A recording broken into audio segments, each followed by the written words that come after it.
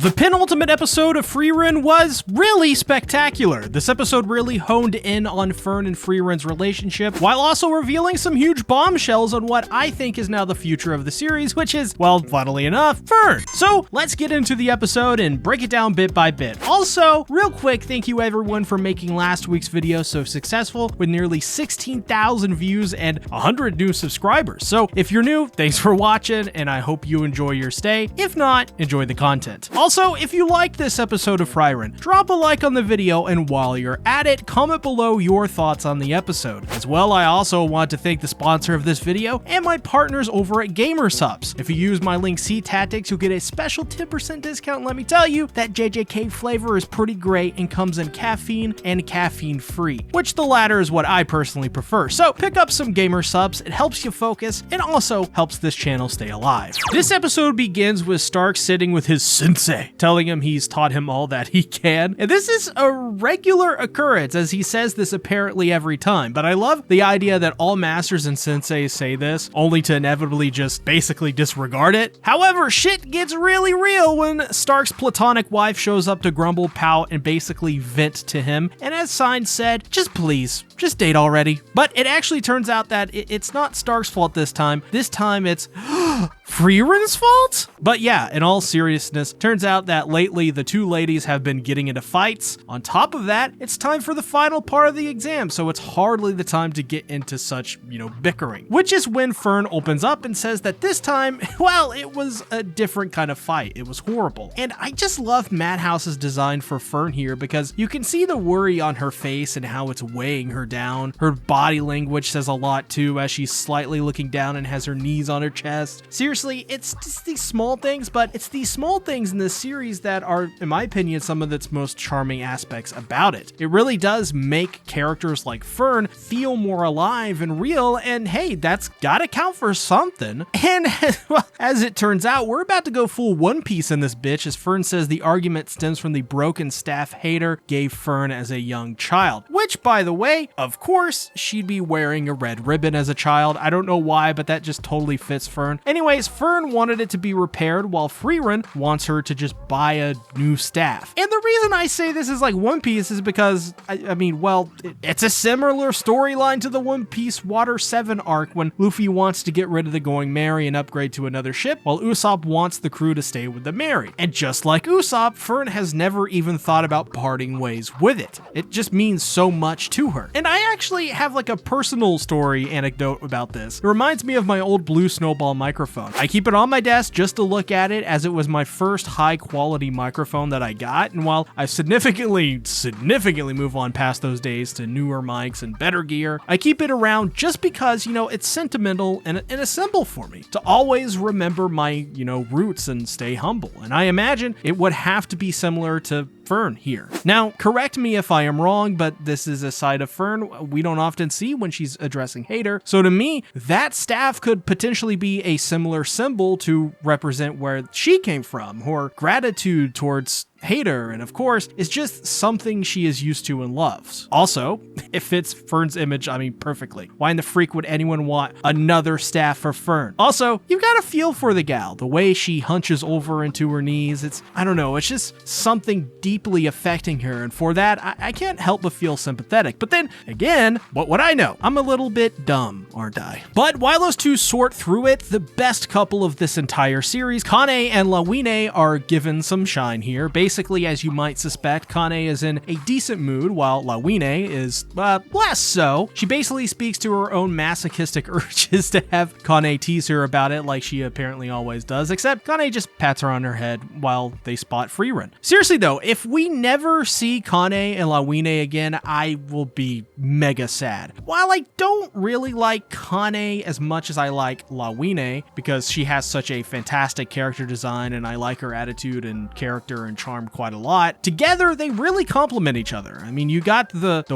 widow Kane and then the serious Lawine. It's a good pairing, and I also like that they're dealing with her failing while Kane is, past. And not to be unfair to Kane, I still like her, but she's giving off Karena Kukumilla vibes from 86. I'm just saying. But while getting her head pats, they see Frieren, who is carrying a suspicious bag. And this is when we transition over to Denken, Lain, and Richter. The latter of which is confused why he's even here, because after all, he failed, meaning there is no reason for them to even be together. However, Denken is simply there as a customer. And one thing I found hilarious about this scene was Lain, who is just consuming a basket of donuts, basically inhaling them. Lain may not always have much to say, but I just really appreciate how they bring this character to life, just how they present her. She's memorable to me because of 3 things. 1, she's a straight badass in fights. 2, killer design. I mean, look at those balls. And 3, well, she's the donut demon. Denken brings up something interesting though. He says he got basically the short end of the stick in the exam, which to Richter, he very smartly thinks that, well, a loss is a loss, and there is no point dwelling on that fact, and to leave him because he is in a bad mood. So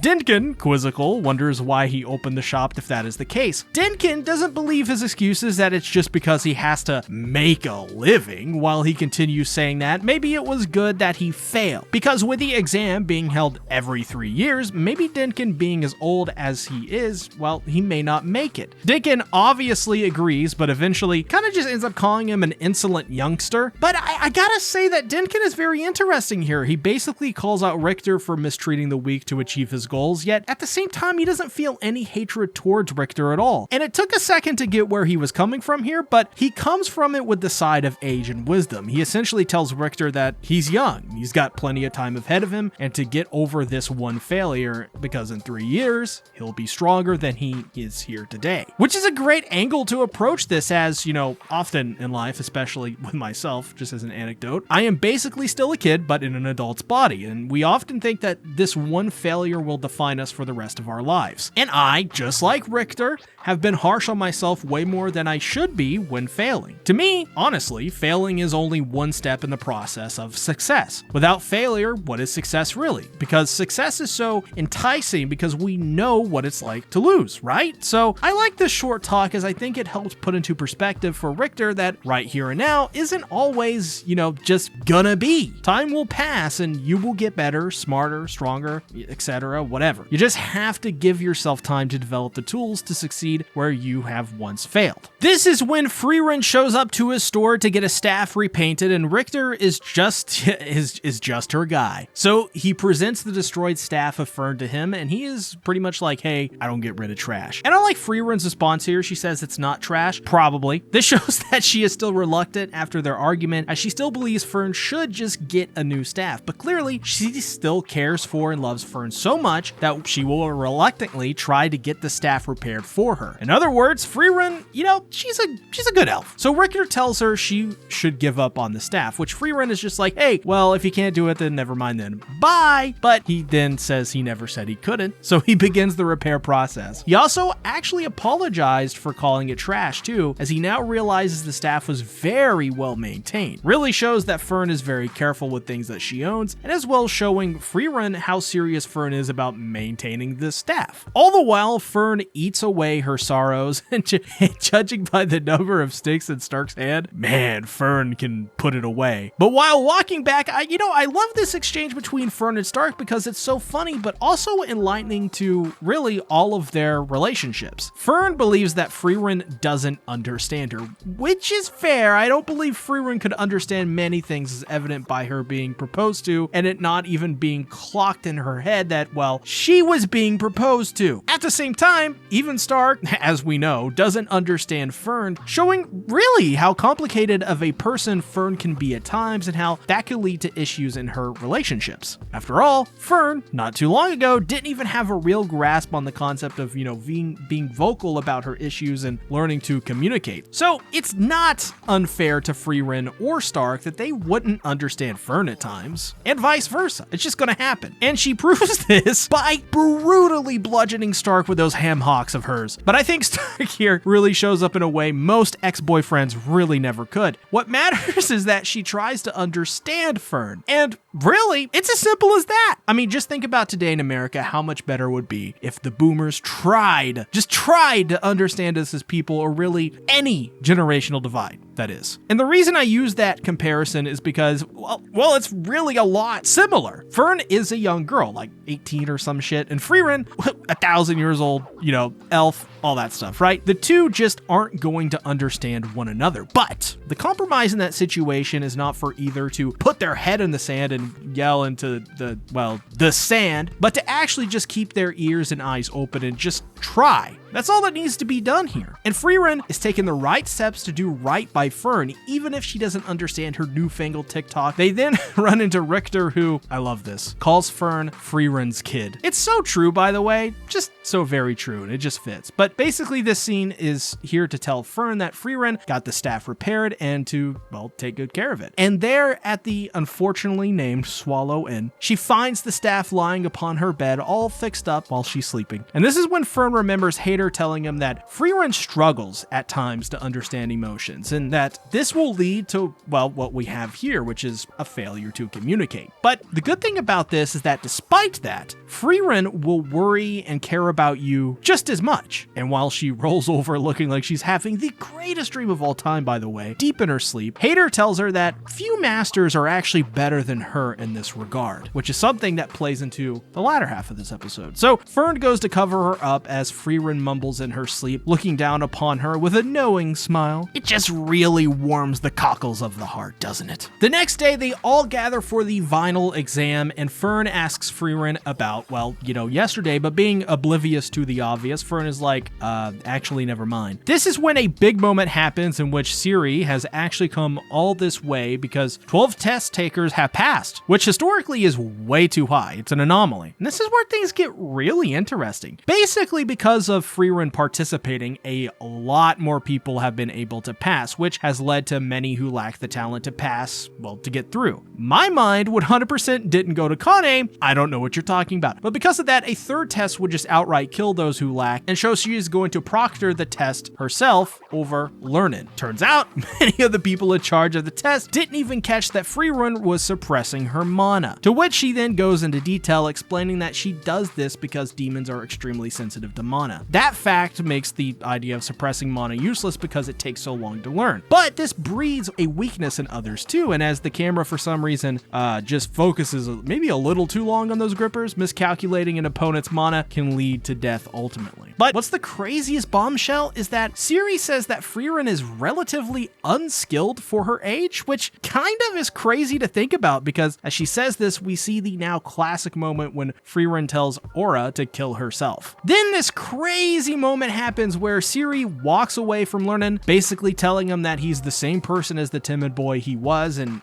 even as she was leaving, he wasn't able to detect her mana fluctuations. But now, outside of the obvious, I've always felt that Siri was an interesting one. She seems to be really disappointed in humans quite a bit, especially as pupils, but as well has this smug attitude about her that makes me feel like she's, leaning into being an antagonist of sorts, not like a full-on antagonist, but I don't know. It's just her character sits very weirdly for me that I just can't put my finger on it yet. Whether or not any of this stuff will happen, of course, who knows, but it's just a feeling that I have. This is when it's revealed the third test will simply just be, a regular job interview with Siri, to which Frieren immediately catches on that she intends to fail both of them. She then makes an interesting comment, though, that Siri plans to use her intuition, which is always right, and that Frieren hasn't become the mage that Siri wishes that she was. It's very interesting. But this is when we get our first interview. Kane. Oh, poor Kane. She fails immediately and tells her to leave. And really the reason is simple. Siri's mana frightens her. She knows the limits of her abilities and that she can't visualize herself being first class, which in this world, that which cannot be visualized just cannot be. So coming off of the last couple of episodes, I think it's very safe to say that she's going to pass, especially because she is probably, Siri's type as well. But she ends up failing a ton of people, even the donut demon, until she gets to Frieren. She immediately says she can't imagine herself as first class, but not for the same reasons as the others, but because she knows that Siri will fail her, and so she gives her a shot to tell her favorite spell. And with a nice callback to Flame, she says a spell to create flowers, and well, seeing it as useless, she fails her. And I love Frieren's response of, because she knew, she knew that she was going to be failed, but it doesn't end there. And I mean, of course it doesn't. We all know that. She basically asks why she allows her to be mocked, especially from someone who defeated the Demon King such as herself, but she rebuttals saying it was because she had strong allies. And I find it to be a very mature and humble response. And the flashback is really illuminating because she asks Himel why she chose him, to which he explains that he was looking for a powerful mage, but while there were others definitely more powerful than her, Himel wanted Frieren because, as he reveals, Himel actually met Frieren a long time ago. When Himel was lost as a kid in the forest, she guided him back, and I just love the way that Himel described her. Cold-hearted, didn't say a word, only pointed, and possibly sensing that unease in him, she created a field of flowers for him, which in turn is why that spell means so much to her. It brought her companions together. And I love this because it really does show the strengths of this show so well in really one moment.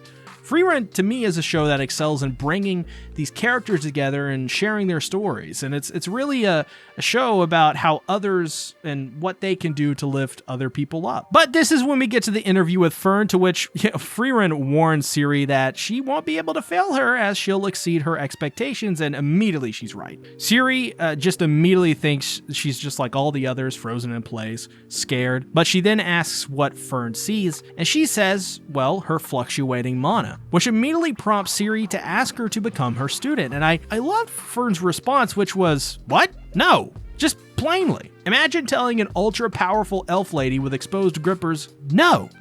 I mean, that's insane. And so, knowing that she'll pass her no matter what, she rejects her, stating that she is Frieren's student, which is very heartwarming and wholesome. And you could totally see this coming, especially after the staff being repaired. Why would she leave Frieren like that? It just, it wouldn't make much sense. However, I just gotta say this episode really impressed me. It was a massive moment, kind of just in general. Fern essentially has been christened as the person who will lead the era of humanity, pretty much. That's massive and directly pulls from last episode, or I guess the episode before, when Siri told Frieren that one day a human mage would kill her. And I mean, this has huge ramifications as well because of Fern's rejection too. It really just feels like Fern is set up to be kind of like the true main protagonist ultimately, even though, the MC of course is still Frieren. I like this approach because I think Fern is such a great character, and the idea that this girl is the one destined to reach such heights is just fitting and deserved for her character. It makes total sense. But, of course, this is all just my opinion. Do let me know what you think about this episode of Frieren. Let me know in the comments below. As well, check out GamerSupps and use my link to get 10% off or the code SeaTactics. Also, tell me what flavor you get. Like I said, I love the JJK flavor right now. Thank you so much for watching, everyone. See you in the next one. Bye-bye.